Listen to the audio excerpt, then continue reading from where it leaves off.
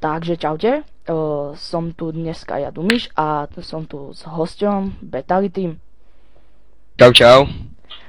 Chcel by som mu dneska položiť pár otázok.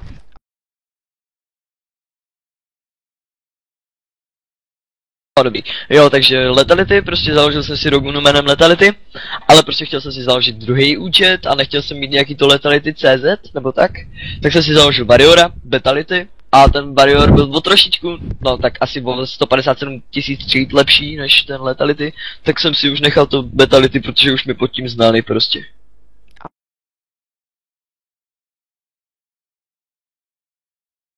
Na Netfireu? Hej. No tak třeba to, že tam fajnový admin tým, všichni si většina si rozumíme, hlavně třeba s Tesem si hodně rozumím. Jako hlavní moderátor, tak tam mají trošku, víš co. Nenudím se tam, práce tam je vždycky dost. Jako jsou tam fajnoví lidi většina. A je to tam prostě všeobecně skvělý, je to takový skvělý kolektiv ohledně toho A-teamu, fakt se mi to hodně líbí, jak to tam teďka funguje.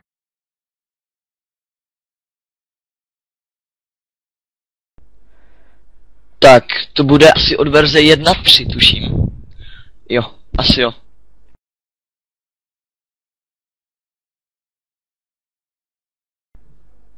Jo, takže jaký jsem měl vztah s Minecraftermi nebo Minecraftečkami? No tak s Minecraftem, jakože hráči Minecraftu mužského pohlaví jsem neměl žádný vztah, nevím, jestli bych o to stál, jo. A s Minecraftačkami, jo, to jsem měl, 2krát dokonce. A je to docela zajímavý, je to takový úplně jiný úhel pohledu.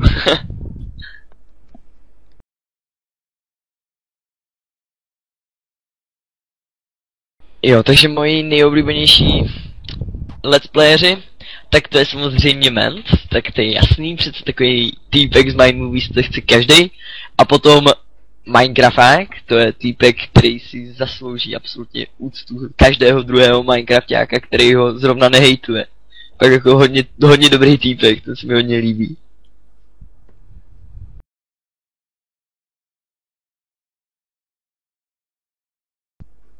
Hrál jsem survival mapu, točil jsem s ní dokonce i s farm craftingem let's play, bylo to Sky Survival Islands, jinou jsem nehrál, pokud vím.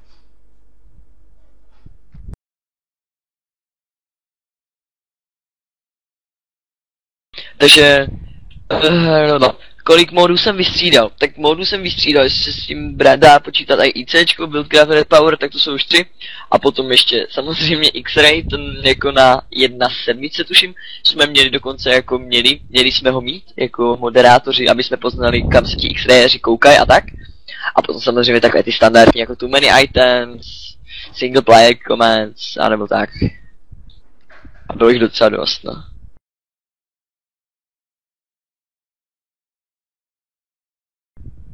Tak kromě Minecraftu hraju třeba ještě LOLko, to mě hodně baví. Potom ještě Bloodline Champions, to hraju se spolužákem, to je taky dobrá jízda, když se ještě s tím voláme. Potom ještě Semotamo, Vovko a to je asi tak všecko.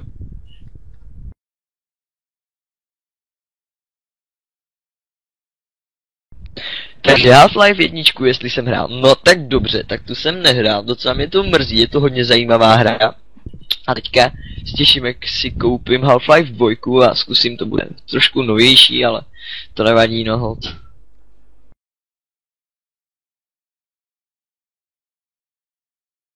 Asi se někdy s Test.cz, ale nebo s někým jiným z My Movies či Netfire. Jo, tak teda s Tesem jsem se nepohádal, leda tak ze srandy, že bych ho trolil, to já rád dělám. S My Movies jsem se nepohádal, protože co já jsem si s nima volal, tak jsem nějaký problém s těma neřešil, takže jsem neměl ani důvod, co to fakt v pohodě kluci strašně mám rád. A s jiným členem na Netfire, jo, mívám jsem tam problémy s Neumintem, sice nevím proč, ale mívám, potom jsem třeba někdy se Sterlongem se trošku kousnul, ale to nevadí, to je v pohodě jako, to je prostě, to k tomu patří.